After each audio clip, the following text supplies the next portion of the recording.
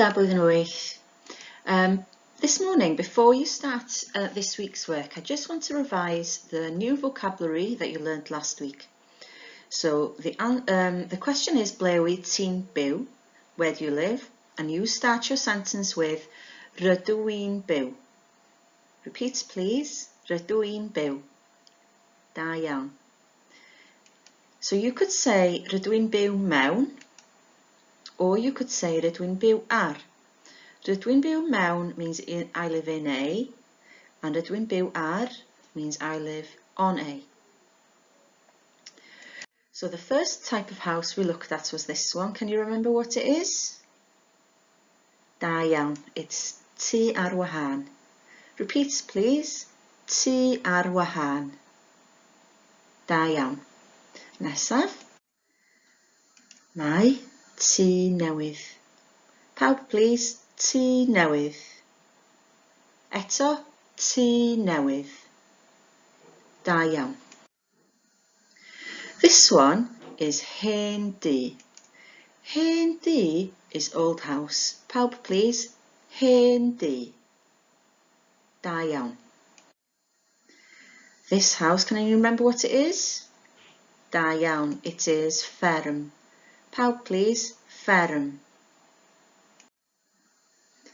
Next we have caravan. Pawb please repeat after me. Caravan. Da iawn. This house is tŷ teras. Please repeat. Tŷ teras. Da iawn. This one is tŷ semi. Tŷ semi. Da iawn. This house is a bungalow. Bungalow. And just like the English, you say flat. Da iawn. This is a new word. Bwthyn.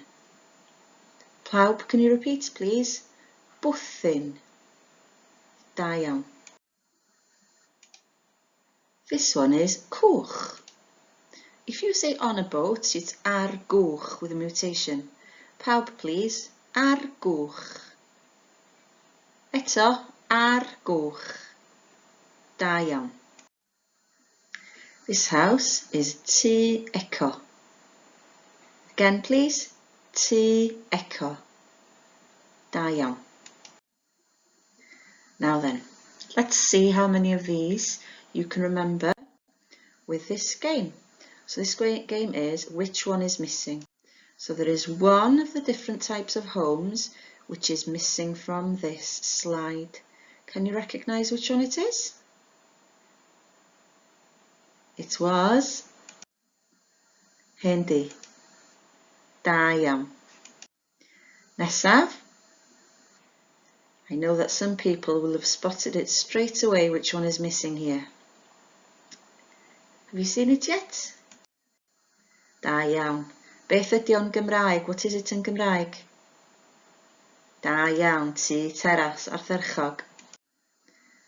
Okay, which one is missing? Pa un sydd ar goll? Da iawn. It is this one. Beth ydi yn Gymraeg? How do you say it in Welsh? Da iawn. Tŷ semi ardderchog. Okay, there's another one missing now. Which one is it? Can you see? Da iawn. It is this one. In Gymraeg we say flat. Da iawn. Okay, there's another one now. Can you see it? Da iawn. How do you say it in Gymraeg? Tŷ ar wahân. Da iawn. Okay, there's another one missing now. Have you spotted it yet? It is cwch. Da iawn. If you want to say on a boat, we say ar gwch. Ar gwch. Is there another one missing? Can you see it yet? Da iawn. Do you remember how to say it in Gymraeg? It's Tŷ newydd. Da iawn. Well done. Okay, can you see another one? What's missing? Da iawn. Yn Gymraeg, bungalow, ardderchog. Da iawn chi. There's one more missing. Can you remember what it is? Ffarm. Da iawn chi. Ardderchog. Okay, there's another one missing. Da iawn. How do you say it in Gymraeg? Caravan. Da iawn chi. Okay, and another one. How do you say this one, this new word? Do you remember it? It begins with a B. Bwthyn. Da iawn chi. Everybody please repeat. Bwthyn. Da iawn. Okay, is there another one? Do you remember what it is in Gymraeg? It's tŷ eco. Da iawn. Okay. Tŷ ar wahân. Hen du. Tŷ teras. Tŷ semi. Bungalow. Tŷ eco. Fferm. Cwch. Bwthyn. Tŷ newydd. Carafan. A fflat. Ardderchog. Da iawn. For this last slide, can you figure out which one is the imposter? So, for Rhif 1, number 1, look at those houses. You have bungalow, cwch, tŷ semi, a caravan. Which one of those is an imposter, do you think? And can you tell me why? The answer is tŷ semi ydy'r imposter.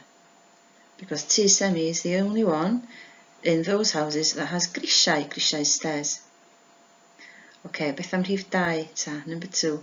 Which one is the imposter? Flat, tŷ teras, tŷ ar wahân, neu tŷ semi? The answer is tŷ ar wahân ydy'r imposter. Achos mae o ar ei ben ei hun, it's by itself. The other houses are attached to another house. Ac yn olaf, lastly, we have number 3. Which one is the imposter? Tŷ eco, fferm, bwthyn, neu hen du? Which one is the imposter? Tŷ eco ydy'r imposter. Ddim yn hen. It isn't an old house. All the other ones, hen du, bwthyn, fferm, are all older houses. And tŷ eco is a new house. Da iawn chi.